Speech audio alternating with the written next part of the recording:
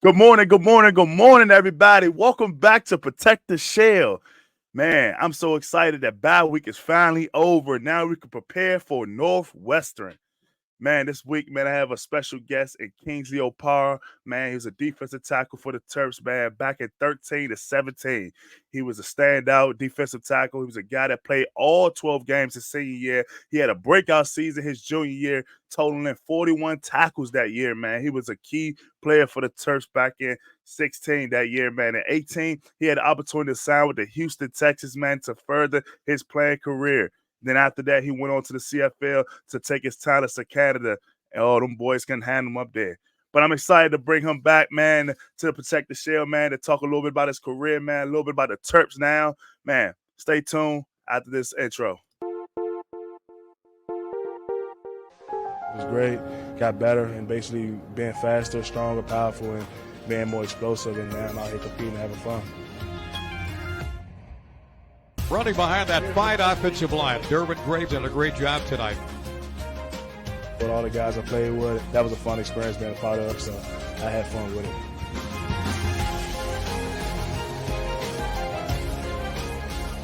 It's definitely been fun, man, so I appreciate all the coaching staff and what they've done for me. Maryland's been a great school for me. Kings, what's up, baby? What's up, Derwin? How you doing, baby? Man, I'm good, man. What's new, bro? Like, it's so much, bro. It's been a while since we caught up, man. Like, we gotta catch up, man. It's crazy that we gotta catch up, but on this particular platform. But thank you, bro, for having me on. I appreciate you, and I want to thank you for having me on. Also, congratulate you for all your success. I know it's been a while since we talked. Yeah, bro. I'm always happy for you, running into people that know you. And I'm happy to see where you at right now. Man, I appreciate it, dog. Man, I appreciate it, man. And like I said, man, a lot of people been hitting me up about, man, the things I'm doing now, man, as far as the media world. Like I said, I always want to do it, but it was a tough trying to figure out the lane and how to get into it, and how do I get the broadcasting and all the other stuff I'm doing, man. And I was like, man, it's been crazy, bro. And through the grace of God, bro, playing football has given me the opportunity to do a lot of these things, man. So, But this thing about our Terps, man, about you, man, and as a former player, man, I know you were watching the Terps like, dog, the dude's blowing it up right now. Definitely. But I'm gonna get into my first few questions with you, man. First of all, how you been, man? I'm doing great, man. I'm out here in Las Vegas. I moved out here about 4 months ago. I signed with the indoor football team, the Las Vegas Nighthawks, to play there. There I got to play with guys like Matt Elam from Florida, Robert Kimdichie, guys like that were out there. We're all trying to – well, some guys came from the XFL. Robert Kimdichie's there? Yeah, he was. We actually kind of released him because he had a little situation, a funny story. He was driving a golf cart around the apartments, and then coaches had to let him go because of that. Bro, what is going on with this guy, bro? Like, first, I mean, he's a good dude.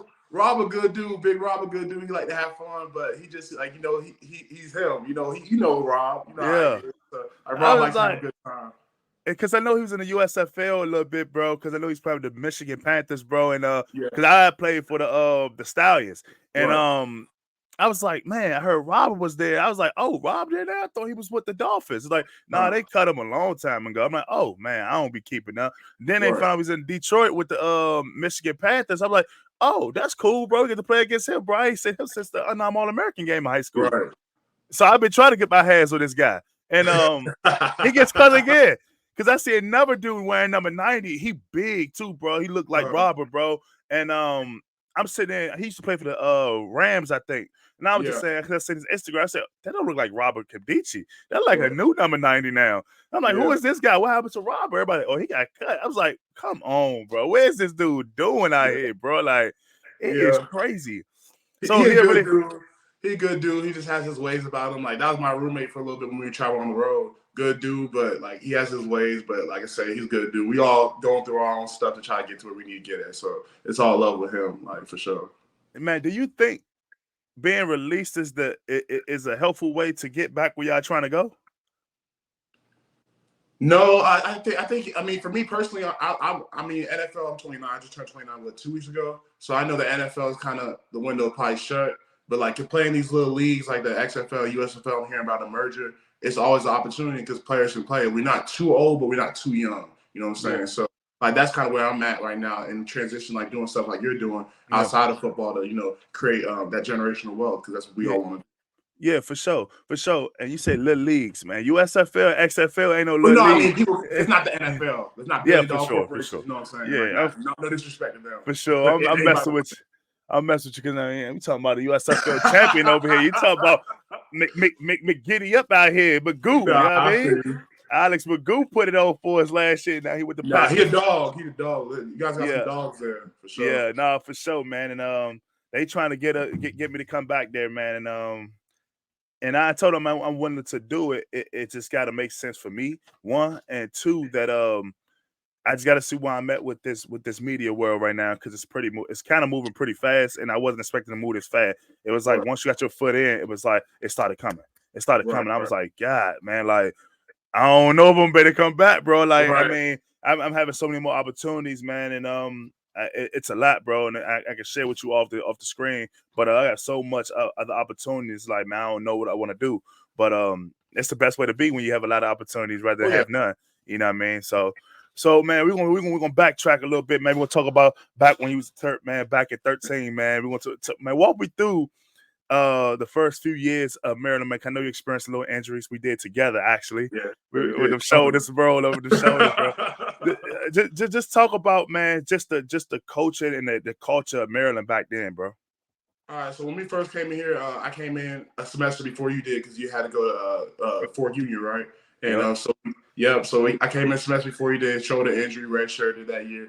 I was mad, boy. I was like, man, I didn't want a redshirt. I feel like I was better than all those guys, but it was a learning experience, you know, being in front of Quentin Jefferson, Darius Kilgo, who two guys played the NFL, Dre Monroe, a sack leader, like dogs like that. So I knew I wasn't in my head. I was ready, but in my heart I was ready. But in my head I really wasn't ready to play. Yeah. Like so, I'm like, I need that year to go ahead and grow. I think that year we made it to the Military Bowl. And then I think you came that spring, and then you had to have your shoulder injury. I was still recovering. So 14 came in and played, but came in to come in to try to compete. Didn't really get a spot. They had it was me and Malik Jones. Malik was in our class from Dunbar, Baltimore, and we were trying to fight for that spot with Spencer Myers. They brought in a wrestler, and we were hot. It's like, you recruited us. He was in our living room. And you bringing a wrestler that never played in high school. Like, come on, man. Like, he had his hands in the stands like this wide. Yeah. He had no disrespect to Spencer. He has duck shoes on, tail hanging out with. Oh my God, bro! I remember those days, bro. That dude, bro, he just looked at like that correlated, bro. Exactly, he looked like a big, strong wrestler running around just tackling people, bro. That's what I'm saying. And so then 15 came around. That's when I started playing. That was my introduction to college football for as a redshirt sophomore. It was in the rotation with David Shaw was competing for that nose spot. And then David got an elbow injury, so that was me and Zuby K. You can do. And we were just manning that nose spot along with Quentin and Yannick and Jesse on the edge and Roman. And we had a good year. We had good defense that year. We had a lot of teams under 100 yards rushing. And, is that the year that we went to the Foster Farmer Bowl? No, that was the year we went to where we went 3-9. We got Edsel Fire. Oh yeah, yeah. I'll never forget that day. We were playing Ohio State, and Edsel brought his whole family there. I'm like, bro, everybody on this pamphlet said Edsel. Like something going down. And we sitting here watching, I think, part of the interruption on TV, and they're talking about Randy Edsel might get fired after the Ohio State game. We're all looking around like what's going on? What was going to find out? We're going to find out. And he wasn't even wearing a Maryland polo on the airplane. He had an Under Armour Navy blue joint on. I'm like, bro, he knows he's out of here after this. So we played good against Ohio State. We had a good team. I think DJ Moore scored his first touchdown in his career that year of a deep ball to Perry Hills. I think it was like single high safety, and DJ, DJ did his thing. And we played him good. We held Zeke, I think, under 100 yards. It just we fell apart in the second half, but I think that was a year. That's I mean, we probably played over. I thought we played the same thing over and over, so it kind of get redundant. But was that the year that we wore the all white on the road to the horseshoe? Yeah. And that we was up, we was down. It was a 14-14 or 14-13 going to halftime. Yeah. It was like almost a tie ball. Okay, we came back and then Perry broke that long run. You told me we had an old lineman. I think his name was Evan Maroney, and he was like. You some corny stuff. You can't do that, Joey Bosa. Like some. Hey, bro, I gotta tell you, bro, it would be tough, bro, going on the road and play in the horseshoe, bro, or going on the road and playing against Iowa, bro. Those used to be the toughest teams playing on the road, bro, and Wisconsin. Those, bro, they used to be tough, bro. Like I'll never forget, bro, the jump around that Wisconsin did before the fourth quarter, bro. That was my first time being there, like at 14, bro, and just watching my helmet on the bench shake all the way down the bench, and I was just sitting here like, bro, what is going on, bro? Like, y'all clearly beating everything out of us, bro. Like, bro, yes, we the Terps, we losing right now. Like, why do y'all got to play the jump around, bro? We get it, bro. Y'all already won, bro. Like, that's when they had Melvin Gordon, I think. That was 14 when they had Melvin Gordon. Yes, and every time he scored, they pulled up the Melvin moment. I was just like, bro, he's having a day. Forget a moment. He's having a day on us right now, bro. Exactly. A year. Bro, like, it's crazy. And to see Melvin Gordon's like a practice squad player now. And it's like, what? It's crazy how this NFL stuff works, man. Bro, like, it's crazy, bro. I was like, man, to see that he's a practice squad guy now, I'm like, man, bro, he should be a dog. Not saying he's not a dog. He still is a dog. It's just that NFL puts you in situations and certain things just got to work a certain way to make sure it pop out this way. So, I mean, he'll get his opportunity again, man. And I'm just looking at like people like guys like Kareem Hunt for the Browns and stuff like that, man. It's just he was a dog for the Browns and now he's a backup guy. Like, you know what I mean? And it's like, is he trash? Don't think so. I just think that franchises have their times with players, and then after that they see other things and other players, and now you just become another guy. But but as we see, Kareem Hunt is used for certain situations like running that ball in on fourth down or stuff like that. So I mean, it's crazy, bro. But back to the Terps, man. Like those years was crazy, bro. Like you said, you brought up a good point about that time, like when Etta was getting fired, bro. We had like a lot of turmoil, bro. Like I wouldn't say that year. Every single year, it felt like it was always something new with the Terps. Like, when are we gonna catch a break and actually just start to win, bro? Like it's like, bro, we recruiting all these good guys, bro. Not saying we have 5 stars like them boys got now, but we got good enough guys, bro. We had good enough guys to win. We played with a lot of NFL guys. Like, that's what people. I was about to say that we had a lot of draft picks, bro. Right. Like, and not even draft picks. Like you look at guys like Josh Woods. Josh Woods wasn't really a guy here. He's still in the NFL. He wasn't a draft pick. Like he was a mini camp invite that took advantage of the opportunity, and now look at him. He's having 6-7 year career, and he's still playing at a high level. And he's a captain for the Cardinals. Exactly. And he's a captain, bro. So like that's big time, bro. So I mean, we producing out the talent, whether it was draft picks or there was 5 stars or 2 stars. We still producing the talent every year. And it's just like, well, why don't we win with all this talent, bro? Like, Sean Davis, Will Likely. We had all these dudes, bro, that play on the next level. Sean actually played with me in Pittsburgh. He was there before I got there. When I got drafted, I was like, oh, we back again. Like, you know what I mean? So that was cool. But I was just like, man, bro, like it seems that the Terps always struggle to put it all together. Either we start off slow and then we catch fire and don't finish, or we just get blown out off the jump. You know what I mean? And it was just like, and that's why we had bad luck, because going to like transition to forward after 15, 16 was my breakout year. I actually had another shoulder injury. I got my first career sack against Iowa, and I tore my labrum. And then I played through it the whole season. This Durkin got hired. DJ Durkin got hired that year, and the Durkin moment. DJ Durkin, that guy. And like I respect him. Like people always ask me, what you think about Dirk? You know, I like Coach Durkin. He gave me the opportunity. He believed in me to be his starter nose tackle. That was my first year as a starter, full-time starter. And I had my best year. But, you know, Dirk has his ways. I have my ways too. I'm not perfect. So, I mean, you got to take accountability of the situation and reflect as a man. But I appreciate Coach Durkin because he gave me the opportunity. I ran with it. I had, 41 tackles that year. I think 3 sacks and 12 and a half or 11 and a half tackles for loss. And I was like second on the team behind Jesse that year with tackles for loss. And that year I graded out at 82 by Pro Football Focus. And was one of the top D linemen and coming into 2017 in the Big Ten. It was really a blessing. Like I was like, man, like we had a good year. We beat Michigan State that year. We hadn't beat Michigan State in a while before that. We hung with Penn State, lost to them. We started off 4-5-0, 4-0 or something like that. And then everything kind of came crashing down once we lost to Penn State. And then Will got injured that year towards ACL against Minnesota. And that hurt us to be have a nickel. No offense to Ray Brown. Will. That's when Will got hurt on a kick return, right? Yeah, against Minnesota. Yeah. And we were hanging with Minnesota. We did well against Minnesota, but that sucked the life out of the whole team when he got hurt. Like you could it felt like, bro, we had so many games that if we looked at our calendar, bro, looked at our schedule, bro, that we could already say that was a win. But I gotta give it to PJ Fleck. PJ Fleck was a hell of a coach. And he coached Minnesota well to bring those guys from a losing program to a decent program that could beat guys like Maryland. You know what I mean? But for us, it's like we had pride about ourselves. Like we supposed to definitely beat guys like that, bro. There's no way we supposed to let guys off the hook like Minnesota, Rutgers, or anybody like that off the hook. Illinois, all those guys supposed to filter us, bro.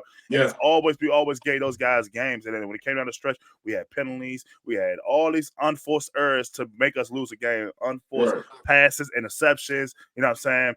Pressure in his face from the O-line, including myself sometimes. Now, I ain't give up a lot of pressures, but he did it. I ain't even give a lot of pressure. But I just remember one pressure that sticks with me forever, bro. Is the one I gave up that freaking sack against Nick Bosa, bro. I know on the road, the first third down, bro. I still talk about that, bro. Yeah, that's one moment I will never forget. Yes, like, you had a hell of a game. He was like, you had a hell of a game. That's Nick Bosa, but you like, nah, I'm Derwin Gray. I'm that guy too. I'm like, bro, I ain't supposed to do that, like, bro. I was just like, bro, like, how did I let that happen, bro? But I know going into that week, bro, it was a silent case. We was doing the look at the ball thing, and when we was going to snap the ball, you can't hear it. I'm looking, and soon the ball snapped. I snapped my head around. He was all on my hip. I was like, "Whoa, is he off sides? Whoa, what is going on? Like, whoa, time out." But I'm like, bro, at that point, I was like, I had to use my athletic ability to at least just try to run him around, which he didn't hit the quarterback. He just was able to use his fingers and tip the ball. And then I think they linebacker, I don't know, linebacker number 17 or whoever. That's Jordan Baker. Jordan Baker, number 17, picked it up and scored. Yeah. I think that's one of the Dolphins now. Yep. It scored actually yesterday. He picked it up and did exactly what he did against us. So it was crazy, bro.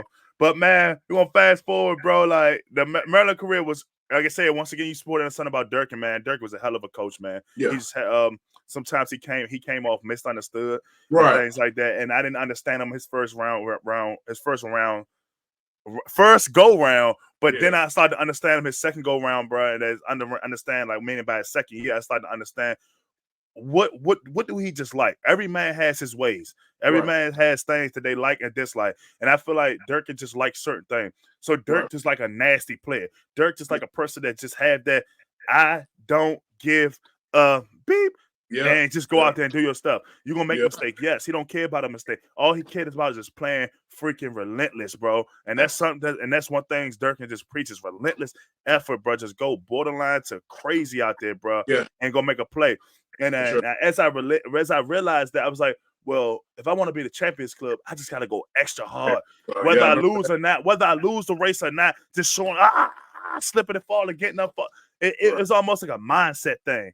And you don't understand it until you get to the NFL when you see some of the guys and how hard they play and how hard they train and on that level, you got to be self-motivated because you don't have a lot of motivation from a coach. You don't have a lot of motivation from anybody. You got to want it for yourself because if not, you just won't be there. And I'm not saying because of you, but sometimes you won't be there because of other reasons, like I'm saying, money and free agency and all that. Of course, that comes into play, but it starts with you first, man. You won't be there if you're not, I'm saying, giving all the effort you need. And those guys set you up for that, man. When I see the workouts, when we had the workouts in Pittsburgh, it's like they give you a little piece of paper and it was like maybe had like 4 things on there. And it's like, man, this ain't nothing. I'd be done with this in 10, 15 minutes. And it's like, well, you can do that, or you can sit around and do something that you need work on. Well, my right knee used to hurt. Okay, well, let me go do some TKEs, or let me, do some pitch shock or something like that to strengthen my legs up even stronger, even though on here I only had 4 workouts that I already completed in 15 minutes. But the league ain't there to beat you down. You have some programs that was there to beat you down, but that wasn't that. So Maryland prepared us for that, but he sometimes I think he did a poor job communicating how he wanted that. And that was the hardest part.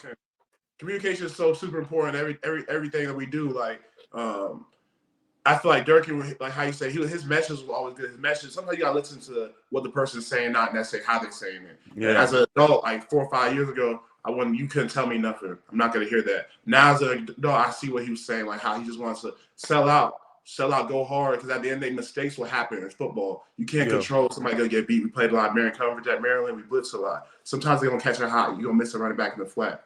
So what? If you can make up with it, we all rushing the quarterback, me, Savon, and going after the quarterback super hard, forget the technique. doing what we got to do to go there. Because you look at those Florida teams, like even talking to Elam, Matt Elam played for Coach Dirk, and he was like, that's all Dirk really cared about was special teams. He's going to go really hard. And because he was special teams linebacker coach at the time. Yep. He was like, you're going to go really hard, and then everything will take care of itself. So I feel like Dirk's a great coach. I mean, looking at it now, I mean, if I see him right now, I'll thank him. You know, he gave me an opportunity. I wouldn't have probably got the NFL if it wasn't for him. Like, yeah, for sure. That 2015 year saved me. Like, that was my year. My 17 was a up and down year. I had injuries. We beat Texas that year. You blocked the field goal.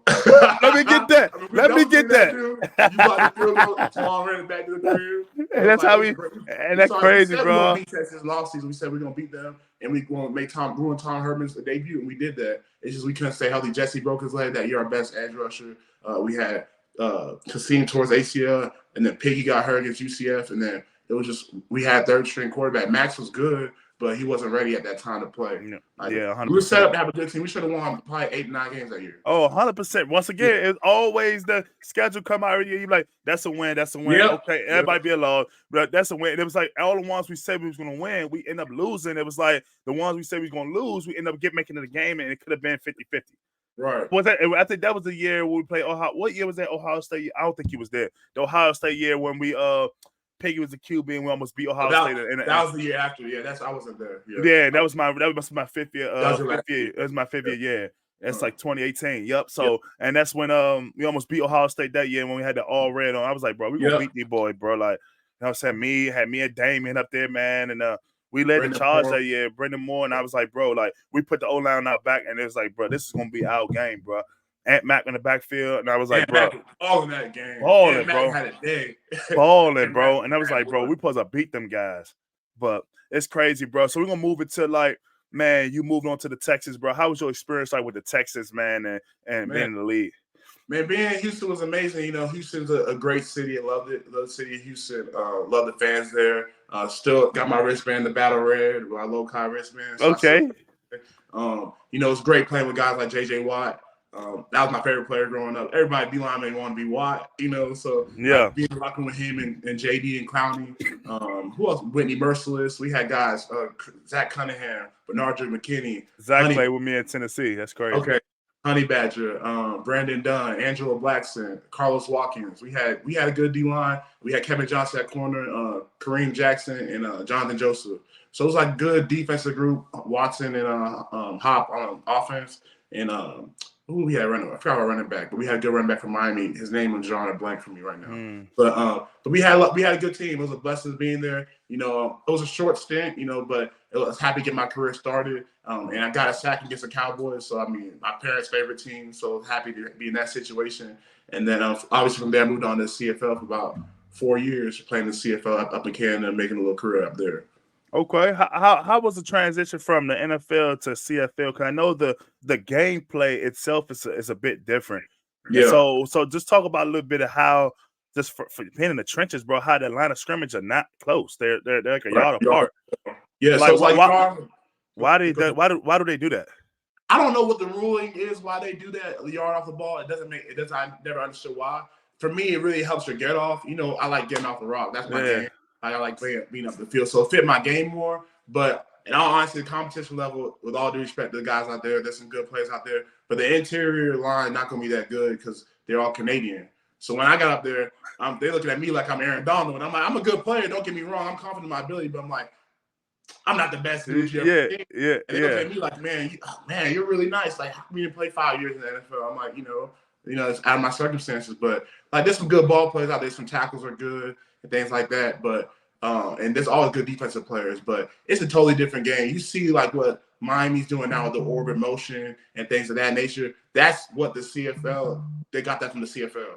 Like so, that's all the natural movements of the rotation of Tyreek Hill getting that natural waggle. That's CFL stuff. Receivers get a run and start. Yeah, so you see the I love that the fact that he'll come in motion like he's about to run around there. He'll stop and they'll do like basically a flat out the backfield. Yeah. So he'll come from the far right, runs behind the quarterback instead of him running across. He just come back the same way and then feel like about the backfield. Right? Exactly. That's a dope play. It is awesome. It's awesome. Like I feel like it helps make the game exciting. Because one thing I say about the CFL game, I actually enjoy the CFL game a little bit more than the NFL game because special teams matters. In the CFL, you have to return. There's no fair catch. they have like a 5-yard halo that goes over your head. So like you see guys like, coming back on special team, you had to catch the ball. You can't fair catch it. You got to return it. So especially that's on punt too. Punt, kickoff, anything. Oh my God! Miss field goal. If you miss field goal, if you don't return, it's a point. Oh my goodness, bro! So it's a crazy game. So wait a minute. Like, what if they don't get no blocks on a punt return? Like, and he still has to catch that? His eyes gonna get real big, and he's gonna look like, remember that O-line coach we had, Coach Boros? He goes like, when he returns the ball, his eyes gonna get big. Bro, no way, bro. No way you gonna pay me any money to get back there, bro, with no fair catch. And you get like a 5-yard halo. So he gonna get down there. You got dudes like another Maryland guy, Javon Leak. Javon Leak broke all the records at Toronto right now as a return specialist. That's really all he does. He's just a return specialist. Like, he'll get a couple of snaps here and there running back and watching the game. Like, they pay him good money just to return kicks. Mario Alford, another guy we played at West Virginia, he's just a return specialist. Like, so you really be on the roster. Like, in the NFL, you're just a special teams guy. In the CFL, you're really on the roster. You're just a return guy. You're not playing receiver like that. Maybe a gadget play here and there, but you're just a return guy, and you're gonna do that. Wow. That's crazy. I have to come across Leak Page, man. I seen Leak doing a big for the returning game, man, and it looked like he's having fun. I think he returned 4 so far this year, man. And and he got a great cup. He got a championship. He won the championship last year. Yeah, I seen that, a great cup or something like that, right? Yeah, man. That's dope, dog. That's dope, man. And like, how's the coaching style up there? Like, how they teach a technique opposed to down here in American football? It's a lot like college, I say. Like, the CFL in general is a lot like college. Like, a regular day is like 7 a.m. to 2 p.m. and you're done for the rest of the day. Like, it's almost like an hour, like a rule constraint. You're not going to practice much in pads during the season. Camp is going to be pretty easy. I mean, the hardest camp I had was last year when I was with Edmonton with the Elks. Chris Jones. Chris Jones used to be with the Browns, and he's like a legendary CFL coach. Like, he's Belichick up there. He's a GM, he's the head coach, and he's a defensive coordinator. So, like, he's more strict. He likes his stuff done the way he wants it, but he likes athletes. Kind of similar like Durkin, where play hard as you can, everything else will take care of itself. But that's how it was there. They really don't coach technique. They expect you to learn no technique. Now, if you're a Canadian draft pick, they're going to teach you technique because you're a homegrown talent. Americans, we can get a guy from the University of Washington next year that wants to come up to play football if he got cut from the NFL. So they kind of look at you like, if you can't get it, naturally, we'll find somebody else that can do it. So it's almost worse than the NFL, I'd say. Wow. Like, I got cut last year from Edmonton. I had a concussion. I got carted off the field. They cut my helmet off. I was like DeMar Hamlin, almost died on the field. And they cut me after that. And mind you, our assistant GM is Gio Simon. He went to Maryland.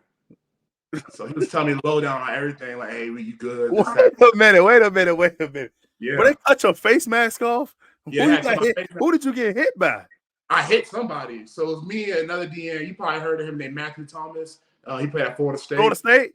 Yeah. Wow. Don't forget that thought.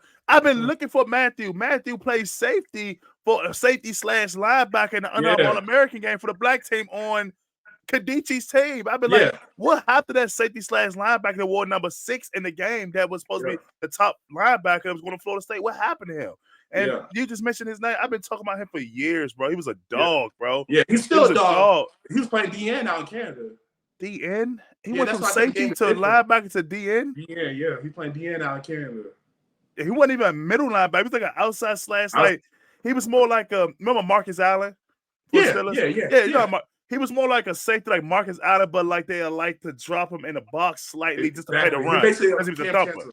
Yeah, something like that. So that's how I looked at Matthew Thomas, how he played him in the Under Armour game back in the day. And he talking about back in 2013. But man, we brought his name. It's like boop, boop, boop. Right. So I'm like, bro, I remember him.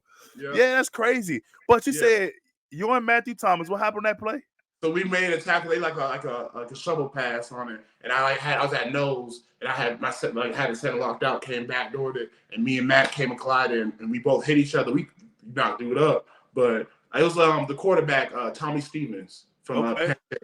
I think he went to Mississippi State, he went to he was on Calgary. We played Calgary that preseason game. So then I went to sleep. I looked up. Why is everybody looking at me like that? And they're like, "Where are you at?" They said, I'm good. I'm in Edmonton, Alberta. At that time, I was 27, going on 28. I'm like, they asked me, they're like, okay, we're taking to the hospital, all that. So it was a little scary, but, I'm from Florida, so we done see some crazy stuff. And I'm Nigerian, so, so, I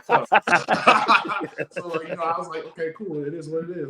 So I say that, now in the hospital, and then the game before we were about to play BC, at the team they're traveling going ahead. G-Roy comes like, oh, I need to talk to you. I was like, what's up? He's like, we're going to release you. I was like, wait, why? And he was like, we're going to bring you back, X, Y, and Z, all that stuff. But that business up there is a little bit janky. How they do stuff is not the best way. But, I mean, it is what it is. I appreciate it up there. I got to play with Coach Locke's son up there, too, Kai. He was out there, so it was cool playing with him and a lot of other guys I got reconnect with. James Wilder was there, the running back from Florida State. From Florida State, yep. Yeah, I heard he's like a king up there, James Wilder. Yeah, he's a god up there. He's not playing anymore. He got his fitness stuff. He's doing Wilder sports performance. He's doing that stuff, so it's good to see him. And then there's a D lineman. Probably the best D lineman I ever played with. His name is Jake Seresna, but he never been in the NFL. He's been in the NFL for a little bit, like minicamp guy, but dog. He's a dog. Plays like J.J. Watt, but he's a king up there too. But he's a guy I think he should be in the NFL because he can rush from DN and inside. His name Jake. Yeah. Wow. Got to look into that guy. Get that guy on my other show. Yeah. There's a lot of guys, man. Another guy, good guy. He played with Durkin too. He's in Edmonton right now. AC Leonard. AC Leonard. He played in the Under Armour game. I don't know if you remember that game of Carlos Williams, the safety. He lit up a tight end. That was AC. AC playing DN though now. AC been playing DN for 11 years. He got 10 sacks damn near every year. Bro, it's some talent up there in Canada. That's definitely crazy.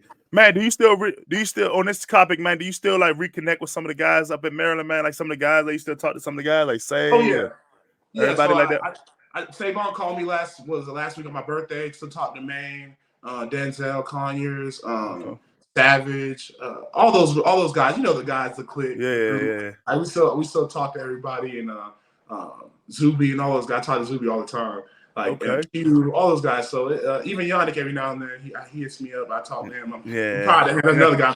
Yeah, you know, y'all every now and then type of guy. Yeah, you might hear from one day. We all got family. Like y'all got family. Yeah, for sure, bro. Yeah, y'all got families and stuff and businesses, and like it's not gonna be the same way it was, but a check in here and then, like it's great to hear from everybody, you know. Yep. So I gotta make my way back up to College Park. Man, I see you got that 904 number. So you be in Jacksonville, bro? Yeah, that's I still keep my same number I had from high school, so I haven't switched that up. Still be in Jacksonville. My parents live out there. They got their pharmacy business out in McLean Pharmacy. So well, you know where I'm at, baby. You know where I'm at. I'm in Duval.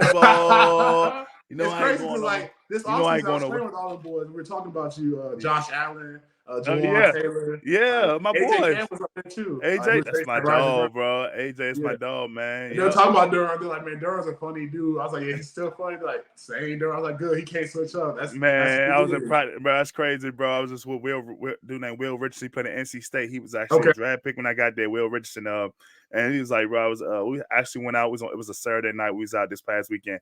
And Will was there. He was like, bro, put me on the broadcasting, bro. Put me on, man. Like, I just got released. And I was like, yeah. Well, I'm like, bro, I got you, bro. I'll show you everything that I did, and you can do the same. But then he was telling my homeboy, he said, man, I remember we was in practice, man. They used to be crazy. Like, man, middle of practice, like period 14. We in the nitty gritty of practice. He'd be like, man, I need a shot. I was like, bro. Bro. I saw the one too, man. I was like, man, what the heck, bro? Like, y'all got to stop remembering that, bro. We was doing our thing out there. Man, it was a good time, bro. We played with another Durkin type of guy. We played with Urban, but that's a different subject. Okay. We'll keep on moving from that one, though. But man, we're gonna get into our current Terps, man. We gave a little bit of the background and history about where it came from, where this program came from when we played, man, and your experiences with the coaches and the transitions from D-line coaches and things like that to now seeing our 5-2 Terps, man, that's blazing it, man. It's lighting it up, man. It's giving Ohio State a run for their money. It should have been a win. And, of course, they lost to Illinois last week, man, which should have been a win. But, hey, things happen, bro. They still in good position to be able to get everything they want, man, which is we know they won't get a bowl game, but we aiming higher than just a bowl game. Man, how do you like when you look at the Terps now, like what is your thoughts about the Terps this year, man? So I always watch the game. Every time I watch the game, I always like call former players of the Zuby, Savon, to ask what they think about it. So just to rewind it back to the Illinois game, that's why I hate. It's a typical Maryland game. It's a setup game. It's a trap game before you play bye week and then you play Penn State, right? Yep. So I'm like, it's a game that we could have easily won. And the thing about it is that Maryland's in a position now where they control their own destiny, and they still did no matter what. But like, they super control it now because they can't have no slip ups now. And they got some tough tests to come up with. They got Penn State, they got Rutgers, they still got Michigan. So they got a lot of teams that's tough. They can win out. They can really make a statement. The thing about Maryland, they need to make this jump. They need to make this jump to go ahead and show that they're respecting the Big Ten East. It can't be no more. Maryland 8-4 wouldn't be a good year for Maryland this year. I'll be disappointed as a fan. They should win 9+ games. They're talented enough. Leah's a good quarterback. He broke all the way. We had Leah when we were playing. Man, what? Yeah, man, he's a phenomenal quarterback, bro. From his decision making, bro, his confidence back there. It's like he never gets wild back there, bro. Right, it's and like, he has command. He reminds me of his presence. Reminds me a little bit of CJ Brownish, where guys. He's tough. He's very tough, bro. He's very tough, and he's a competitor, bro. And the moment is never too big for him, bro. And it's like, just give me the ball. Yes, he makes sometimes some decisions that you're not happy with. Like last week against the like on homecoming against the Fighting Illini, bro. Like late down the stretch, bro, when Illinois, of course, took the lead, I guess, at the time, and Talia was like probably in the red zone. It's probably right there by the red zone or in the red zone, and the guy got the snap from in the gun. He looked around, was nothing there. He scrambled, still was nothing there. Instead of him flicking out of bounds to play the next down, he takes a shot and puts them all the way behind the chains. And late in those type of games, like that, as a D lineman like yourself, they gotta throw the ball now, baby. Exactly. Everybody, take your fat boy cleats off and put your running shoes on. Cause we gotta rush the pass to now. That poster stand with the hand up. Everybody, man, that's probably the most uncomfortable position to be in as O-line, because it's like they're gonna send everybody at us, so they know we gotta throw the ball. And it's like, bro, what are we gonna do, bro? It's like, well, we can't check it down real quick because we need to get a chunk of yards to get into the end zone to win. And it's like, it's a bad situation, bro. And it's like small things like that can kind of dictate the rest of the result of the game, which it did. That's one play that stuck out with me, man, was that big sack by Talia, man. I think, get rid of it. Just get rid of it. Even though Ohio State game, I'm communication-wise not really sure how it went, but I think it was an option route. I want to say it was Prather, number one, and he threw a pick. It was a pick six. And is that the one that went through his hands on third Yeah, down? but I think it was behind him, because I think either he expected him to go this way, and Prather went that way, he threw it this way. It was right in the pick six. Okay. Just little stuff like that, where it's like either him and the receivers, because they grad transfers on the same page, or it's Leah making maybe a bad decision. But I think he's a phenomenal quarterback. I do too. And I think that, honestly, I think the playmakers need to step up, to be honest. I don't think we have a typical Maryland receiving core that we've had in the past year. I think they're good players, but I'm not sold on one. I'm not sold on the Chambers kid. I like the Felton kid. He just dropped a lot of passes against Ohio State. Jay Sean's a hell of a player. He's a stud. The running backs are good, but it's just the receiving core. It's not like Demas. It's not like Jared. It's not like how they had last year. It's not like Copeland. It's not like even when we had back in the day when we had Stephon, Dion, Vern. It's not like Marcus Lee. Yeah, but the difference is too, the game. You got to think the game of football has changed too. You got to think about every 5 years, it seems like the game is changing in a different way. As far as the play style is different, what you're looking for in the team is different. Like everything is. Just think about how back then the read option was something new. Everyone was doing the read out. It was new, but now everybody does it. I don't think right now in football right now it's not just a traditional pocket Peyton Manning style. No. Like, you know what I'm saying? Everything is off a read option. Variation that's Texas. I was talking to Jawan Delaney. Jawan Delaney's a coach at Austin PVA. He was actually, I think they played Southern Utah, so I pulled up on them on the hotel, and we were talking about football. I was like, bro, Juan, as a tight ends coach, and this guy who I know Juan wants to be offensive coordinator one day, what do you think about the quarterback play? Because I said, I think the quarterback play is very vanilla right now. And he's like, yeah, because he's like, nobody's really like, for instance, like, you're going to watch Monday Night Football game tonight, Brock Purdy. Brock Purdy's not going to be in gun, set hut, okay, everybody spread out, just dicing you. Just looking guys off first, second, third option. He's going to go hand off to McCaffrey. Oh, McCaffrey was a read option, and then throw the slant. It's like Ohio State offense. Ohio State was. First read. First read is not. It's not first read, second read. Because it looks like they do. Like most teams always have a run with a glance. You know what I'm saying? Exactly. And a glance is usually the slant that's coming right behind it to get that linebacker to bite down. Either a slant or on the screen. And because over years, man, it's been proven that that's an offense that's hard for defenses to stop because it's too much for them to handle. It's either they got to drop in coverage or they got to play the run. Which one they're going to do? And like I say, over the time, it was killing defenses, but now defenses are picking up on that now. So now what is going to be the next gimmick that they're going to go to? But once again, But back in then, like I said, now that read option right now is been great. But I got to get back to the point you said about Maryland not having any playmakers at receiver. I have to disagree with that, bro, because I think Prather is a guy that's emerging as becoming a guy. I mean, me and Ellis talked about that before. He said, well, Prather, Ohio State, he dropped too many passes. I mean, he a good guy. I love Prather. He's a great player, but it's just that consistent. He's inconsistent. And then the next week after that, what he do on Ohio State? One hand catch the first touchdown all over a guy. Then he's just on fire. And then you had the miscue between Talia and Prather. The ball goes behind them, and it's an interception. So it's like it's like you don't that stuff you can't have between those two as a connection. So it's not just him, it's not just Talia, it's a connection thing. That wasn't on. But then you come back Illinois game, Prather is the guy, everyone is hurt. Prather is getting the ball. Prather's getting the ball. You know what I'm saying? Prather was doing his thing. He was doing his thing that game. I mean, he was one of the key leaders. He was doing his thing. But I mean, I could say that. Here's my question, real quick for you, Derwin. And it's like, what's going on with Dyches? Dyches, I think he's hurt. I think he's hurt. He's one of the key players that's hurt. He's one of the key players that's hurt right now. He's definitely a guy. Me and Ellis talked about him too.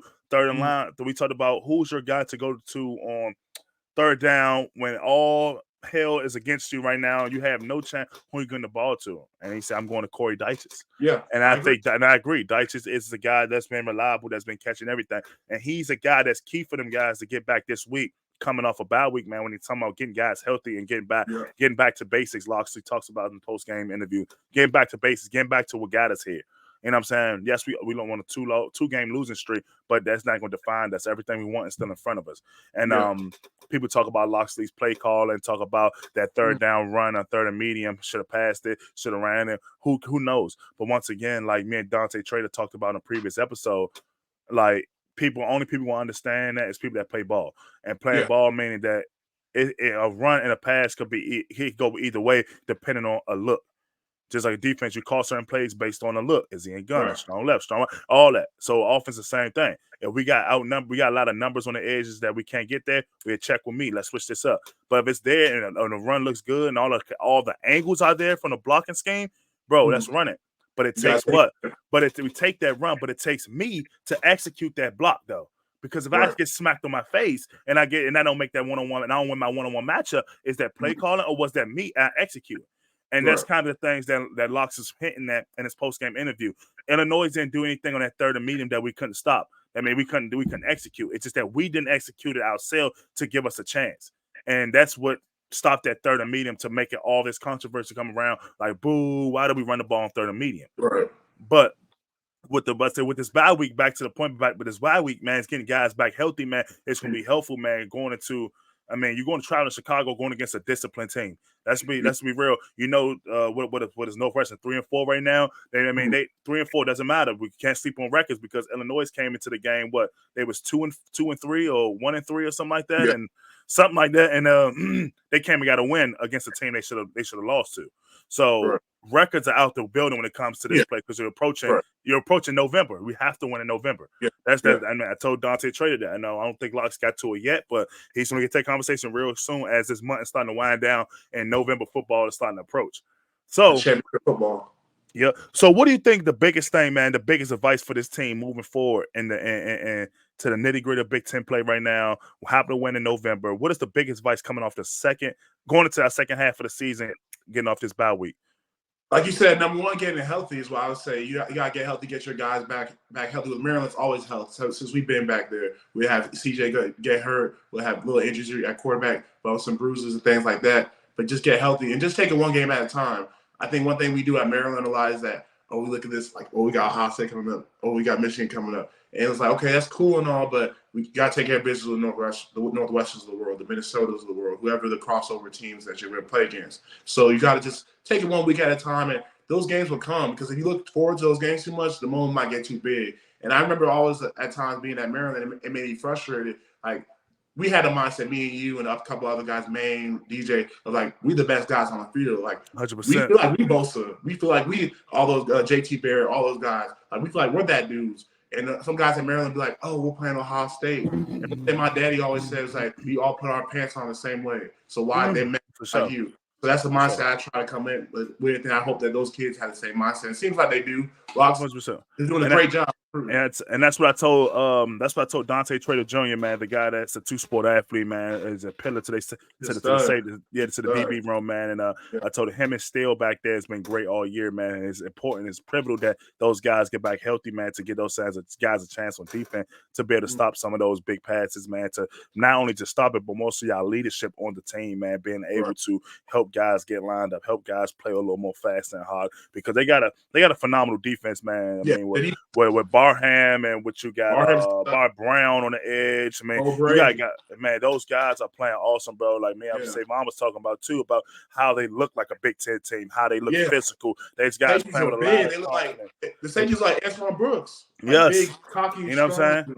And that's one thing I told Dante Trader, man, last episode. I said, man, as alums, man, we super proud of you guys, man, because like like I'm not saying what we sacrificed and what we went through, man, as far as the depth in our team and all the hard coaching and the turmoil going up and down, injury. We sold out, man. We gave it all we got, man, until finally one day wake up and say, when it's enough is enough. Look at our team. We finally balling, bro. They finally getting it, bro. Locks is doing everything he wanted to do, bro. Like, which is, you know what I'm saying? He wanted to come back home and he wanted to put on for his city as a coach, man. And this is his home team and he wanted to take pride in that, man. And I think he's doing just that. And I think the guys are buying in too. So it's a coach to player thing, man. It's not just a coach to coach. It's everybody's buying in, man. And one thing Trader said, man, it's the leadership on this team. We have leadership, man. It's like, man, we ain't having that, bro. We ain't having that, bro. We ain't doing all this fighting on the field, bro. We ain't having that.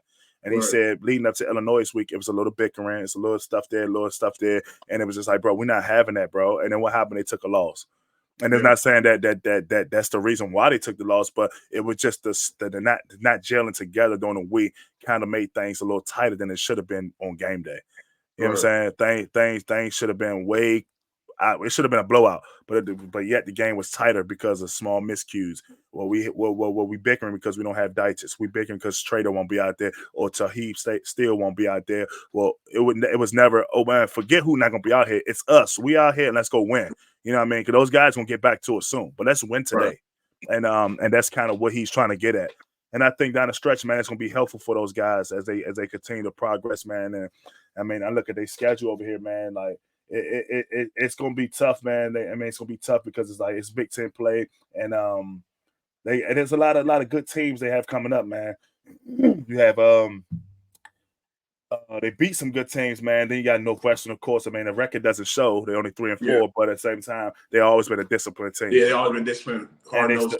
They have Penn State coming up after that. Then you have Nebraska. Then you have Michigan. And last but not least, we always have Rutgers last game of the season. I don't know why. It's always that. It's always that. I have nightmares about Rutgers because that was probably one of my worst games I ever played. I'll never forget Jermaine. I love Maine. He blitzed in the same gap as me, and it was a weird play that Coach Brumbaugh wanted us to run. And my elbow was locked out, and Maine ran to gap my elbow hyperextend. So I was playing the game with one arm, basically. And we got beat by Rutgers. We have Bryce Brand brother. I can't remember his brother's name that was playing quarterback. And it's short to number 16. I just remember. Did he play like safety or did he play safety? No, Bryce was his brother. He had a walk-on quarterback. Yeah, I remember the light skin one with the short haircut that kind of looked like old man Joe. Yeah, I forgot. Yeah, I forgot. And DJ was playing with messed up ankle. We lost to Rutgers, and I'll never forget. I was like, man, this is the worst game I ever played. This is the worst game that we ever played. Because we lost to Rutgers, bro. That's when Gus Edwards was running all over us. We didn't even know who he was. Like, he was transferred from Miami. He wasn't really even on the scouting report like that. But they ran all over us. And I'll never forget. It was just like a big division in that locker room after that because we were like, this season probably over with. Like, yeah. And that's the point that Trader's trying to avoid. He's trying to avoid the division of the team, and he's trying to avoid that situation where it's like, our season is done. And I told him, man, as alums, once again, we super proud of you guys, man. Is this to see that y'all finally doing something that we wanted to do? We wanted to win. We wanted to be able to be talked about, but y'all rocking the script now. Y'all bringing that retroness, that the history of Maryland back out, and y'all really rocking Maryland pride. And I'm saying y'all doing it really well, bro. Y'all got guys, man. I cannot wait to come back for the Penn State game. My flight is already booked. I'm on my way back. I'm coming to a Penn State game too. Okay, then. For sure. Then we all gonna connect, man. I'm gonna come down there, man. We're gonna tailgate for about out there, probably an hour or something before the game, man, and go connect with some of the fans, bro.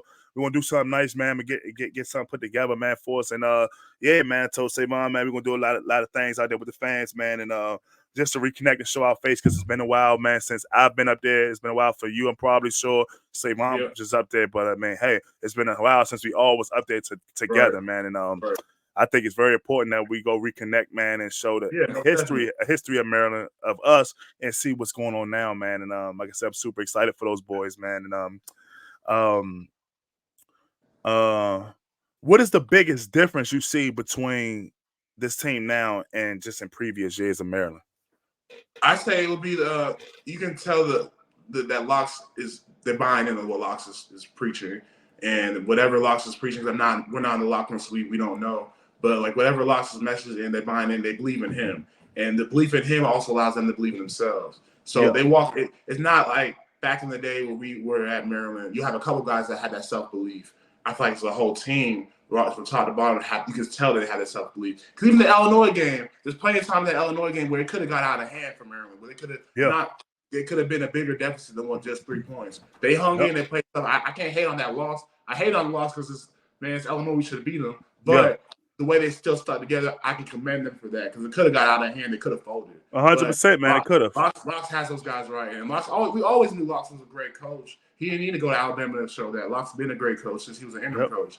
We just didn't win the games, but like we all knew Locks is a great coach. He's a great leader of men, and I don't even want to say he's a great also leader of men with color because it's different coaching black young men and white young men. It's reality situations in the world we live in. But Locks is a stand-up guy for a men of color, especially. So.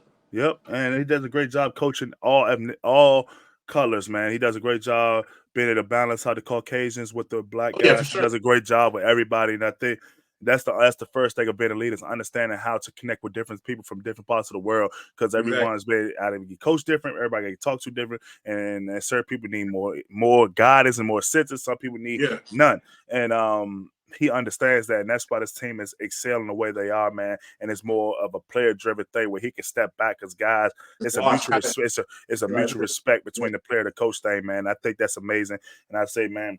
Traveling up to Northwestern, man, it's going to be a great weekend this week, man, as they play, and I'm saying Northwestern on the road at their house, man, at 12 noon kickoff, man. I'm going to be live, man. They're watching. I cannot wait. I'm not going to be there, but I'm going to be tuned on TV all through my house, man. Going to be TVs on everywhere. I know you probably see a TV back there, TV right here, TV in front of me. I got TVs everywhere around this house, man, outside everywhere, man. And, yeah, man, I'm had this game on everywhere around my house, man, and I'm excited, man, to talk to some of my boys over the network, man, that would Believe Network, to tell them Terps going to win this one, man. Terps taking this one home, man. Here's my question for you, Derwin.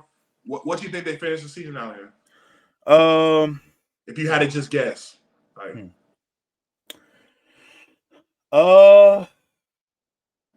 Right now we're 5-2. I got them beating Northwestern this weekend. I got them beating Penn State, which is going to be tough because 10 State's playing pretty good. So, got them beating Nebraska, which is 8. That will get them 8-2. Michigan, that one right there, I don't know. JJ McCaffrey is playing too well right now. I'm not saying he can't be stopped, but I give that a loss. If I had to be real myself, give that a loss. And I would give them so that's 9-3. And Rutgers, of course, is a win. Yeah. So, man, I mean, I give them at least a 10-game win season. I'm saying they can do that. At least 10 games. That'll be great. That'll be really good. I think I see the same thing. I don't know about Penn State. I got to do more research on them. I think that we can beat them. We have to win one of the big games, whether it's Penn State, we lost Ohio State already, Penn State, Ohio State, Michigan. You got to be one of the big 3 to really show that we can be taken seriously in the Big Ten consistently for years to come. Yep. Yeah, I can give them a 9-3. I can a 9-3 record, or I mean, if they went out. I mean, of course, if they went out, they go 10-2. But 12 games, right? 12 games of college, right? 12 games. Yeah, they went out, man. They go 10-2. But that Michigan game is one that's on the schedule.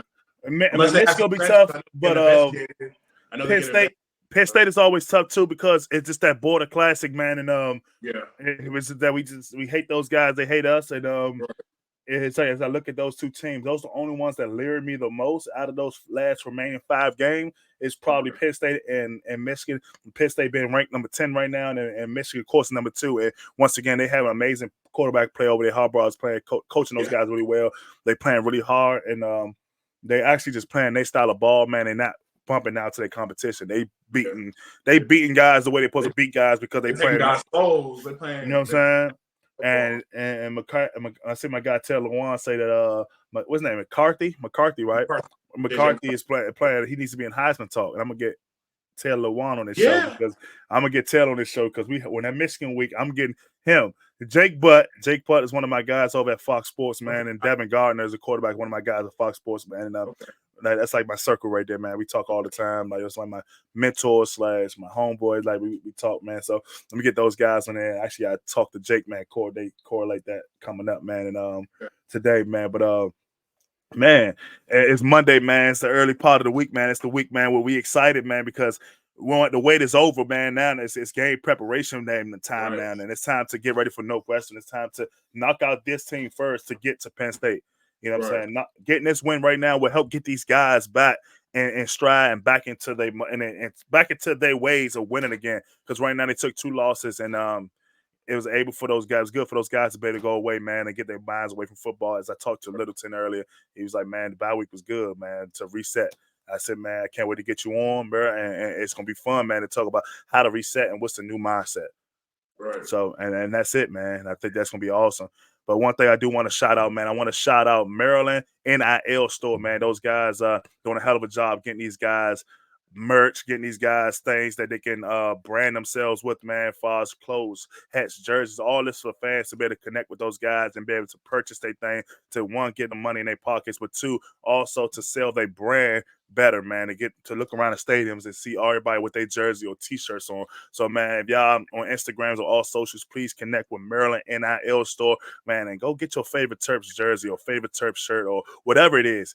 Connect with your favorite Terps players, man, by rocking their gear from the Maryland NIL store, man. That's they socials, man. Make sure y'all do that.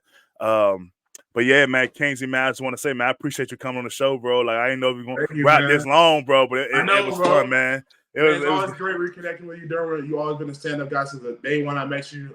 And stay true to who you are. I appreciate you having me on. I let the family know I say what's up, and thanks for having me on. Thanks for giving me this platform. And man, I appreciate it, bro. I'm gonna shoot you a text off my phone in 2 seconds, bro. Once I end this off, Brad, bro. Man, hey, and always been love, man. Love you, dog, man. Love you too, bro. man. Let's connect, man. Right out there, get this call and shoot you a text, bro. Yes, sir. Love you, man. And like I said, tell everybody what's up. I got you, bro. Well, that concludes another episode of Protect the Shell. That was my guy, Kingsley Opara, former Terp player, man, a former defensive tackle standout for the Terps back in the day, man. Man, the guy was a hell of a player, man. The guy worked his tail off. He played time in the NFL. He had his opportunity in the CFL, and now he's in the Arena Football League in Vegas. Man, I appreciate him coming on the show to talk about everything with me, from the history of Maryland, from all the things he's been through as a player, from injuries to seeing how the program has transitioned into a new spot now, a new spotlight now, where a lot of fans are loving Maryland. Everyone is back, basically patting Maryland on the back for all the great things they're doing now. And we are excited as alums and as people that cover Maryland sports to see the Terps finally excelling the way we knew they would. Once again, man, make sure you can tune into all the platforms to listen to this, man. And this will be out. And I'm so excited for y'all to hear this episode. And make sure y'all come back later in the week. Got another special guest for you guys. You know, I'm coming with that heat. Protect the Shell is out, baby.